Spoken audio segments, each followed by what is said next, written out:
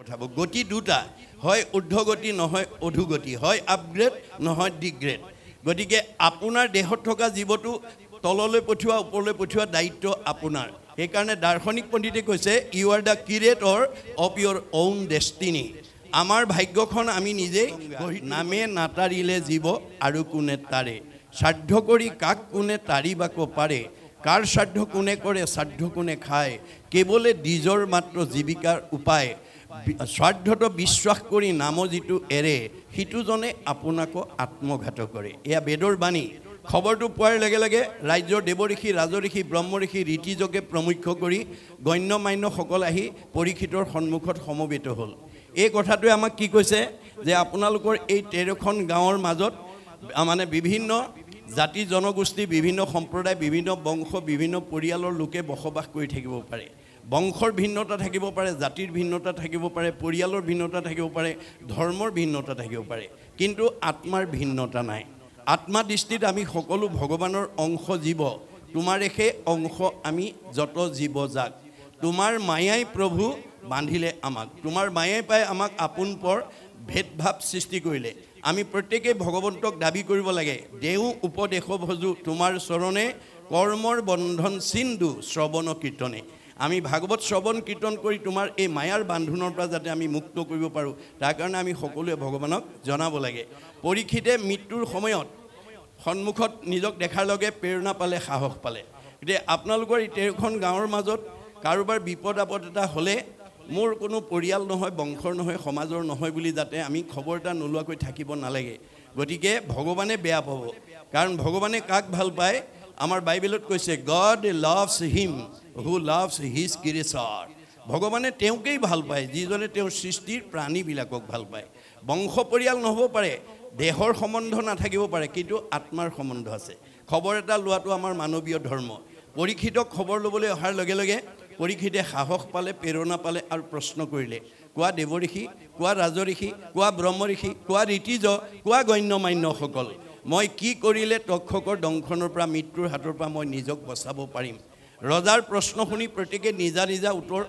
দিবলৈ ধৰিলে কোনোৱে ক'লে তপ কৰা কোনোৱে ক'লে জপ কৰা কোনোৱে ক'লে যজ্ঞ কৰা কোনোৱে ক'লে দান কৰা কোনোৱে ক'লে তীৰ্থ কৰা কোনোৱে ক'লে স্নান কৰা নানা ঋষিৰ নানা মত নানা ঋষিৰ নানা মতে পৰীক্ষিতৰ মৃত্যুৰ ভয় আঁতৰ কৰিব নোৱাৰিলে কিয় এই কথা ভাগৱতৰ একাদশ স্কন্ধত গুৰুজনাই লিখি থৈ গৈছে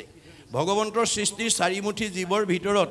এনেধৰণে একেলগে বহি ঈশ্বৰত ভক্তি কৰি ধৰ্ম আচৰণ কৰি মুক্তি লাভ কৰিব পৰা শক্তি মানুহৰ বাদে আনৰ নাই গীতাত কৈছে অসংখ্যাত জীৱ আছে সংসাৰৰ ভিতৰে মনুষ্যকে ভজে আনে ভজিতে নপাৰে ভগৱন্তৰ সৃষ্টি চাৰিমুঠি জীৱৰ ভিতৰত ঈশ্বৰক ভজিব পৰা শক্তি মানুহৰ বাদে আনৰ নাই গতিকে আমি জীৱশ্ৰেষ্ঠ মানুহ হিচাপে যি জাতি জনগোষ্ঠীতে জন্মগ্ৰহণ নকৰোঁ কিংবা পৃথিৱীৰ য'তেই জন্ম নগ্ৰহণ নকৰোঁ কিংবা ঈশ্বৰক ভজিবই লাগিব আমি কেনেকৈ ঈশ্বৰক ভজিলে এই মায়াময় সংসাৰৰ পৰা আমি নিজক উদ্ধাৰ কৰিব পাৰিম মুক্তি ল'ব পাৰিম সেই বিষয়ে ভগৱন্তই নিজৰ মুখেদি কৈ গৈছে আন ধৰ্ম ঋষিৰ মুখে কৰাইলা বেকত কহিলা আপোন মুখে নিজ ধৰ্ম যত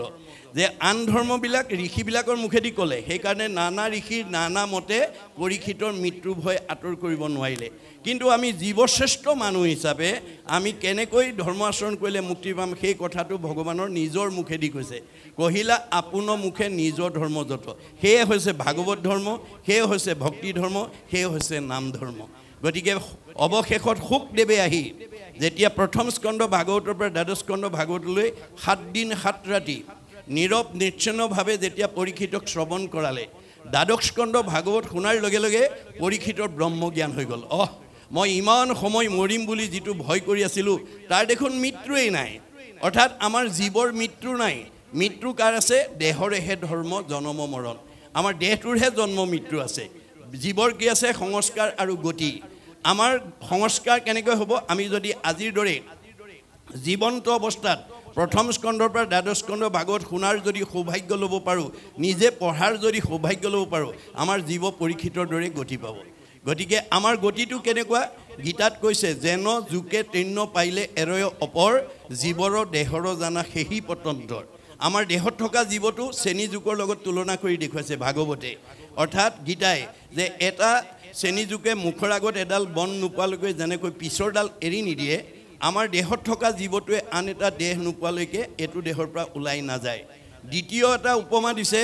যেন নৱ বস্ত্ৰক পুৰুষে পিন্ধে আগ পুৰাতন বস্ত্ৰ পাছে কৰে পৰিত্যাগ আপুনি ফটা চোলা এটা পিন্ধি আছিল নতুন এটা কিনি অনাৰ লগে লগে পুৰণাটো পেলাই যেনেকৈ আমি নতুনটো পিন্ধো আমাৰ দেহত থকা জীৱটোৱে পুৰণা দেহটোৱে এৰি নতুন দেহলৈ যাব এতিয়া আপোনাৰ দেহত থকা জীৱটো আপুনি ওপৰলৈ পঠাবনে তললৈ পঠাব গতি দুটা হয় ঊৰ্ধ্বগতি নহয় অধোগতি হয় আপগ্ৰেড নহয় ডিগ্ৰেড গতিকে আপোনাৰ দেহত থকা জীৱটো তললৈ পঠিওৱা ওপৰলৈ পঠিওৱা দায়িত্ব আপোনাৰ সেইকাৰণে দাৰ্শনিক পণ্ডিতে কৈছে you are the creator of your own destiny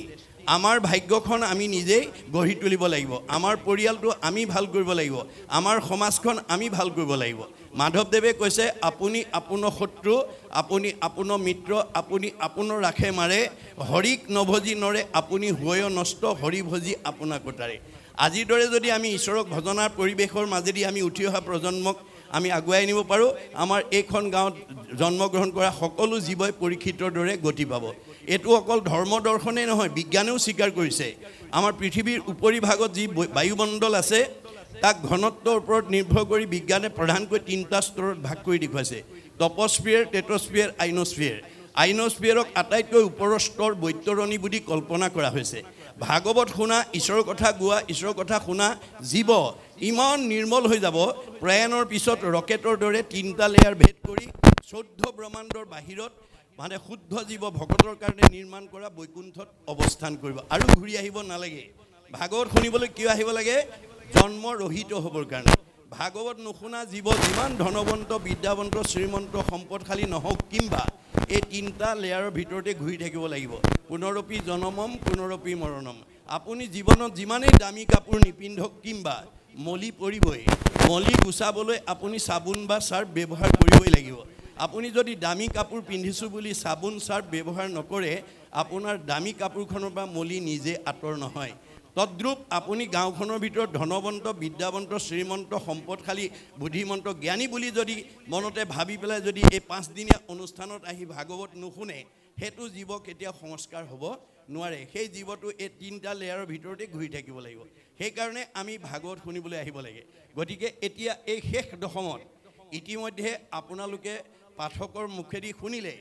যে এতিয়া আমাৰ শেষ দশমৰ এই পাঠটোত এনেকুৱা এটা কাহিনীৰ জৰিয়তে